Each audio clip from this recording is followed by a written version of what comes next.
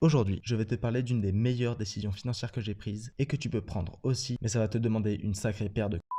Ce n'est pas vraiment un investissement, mais cela me permet de dépenser littéralement 2 fois moins d'argent sur presque toutes mes dépenses. C'est d'ailleurs quelque chose dont tu as sûrement déjà entendu parler. Si tu es malin, tu as compris que c'était intéressant, mais vu que ça demande d'être libre comme l'air, tu es passé à côté de l'opportunité. Imagine, maintenant quand tu voudras acheter une pizza, tu en auras pour 3,93 €. Enfin, 6,99 leva, ce qui équivaut à 3,93 €. Et non, le leva n'est pas d'une crypto-monnaie. Mais vu qu'un leva équivaut à 0,5 €, chaque euro que tu vas dépenser te permettra d'avoir le pouvoir d'achat de 2 levas. C'est le moment où tu me demandes, mais comment utilise-t-on le leva? Le leva, en fait, c'est la monnaie qu'on utilise en Bulgarie. La Bulgarie est un véritable nid à entrepreneurs. De la même manière que la Thaïlande, et pour plus ou moins les mêmes raisons. On est bien d'accord, en Thaïlande, tu gagnes instantanément 5 fois plus de pouvoir d'achat, car le baht a encore moins de valeur que le leva. Si tu es vraiment extrême et que tu veux goûter au luxe, tu peux choisir la Thaïlande, mais c'est pas vraiment le même délire. Disons qu'en Thaïlande, tu croiseras des ladyboys dans la rue, en Bulgarie, des avions de chasse. Les entrepreneurs en Thaïlande, ça va plus être des Emilio Abril, du braqueur en ligne,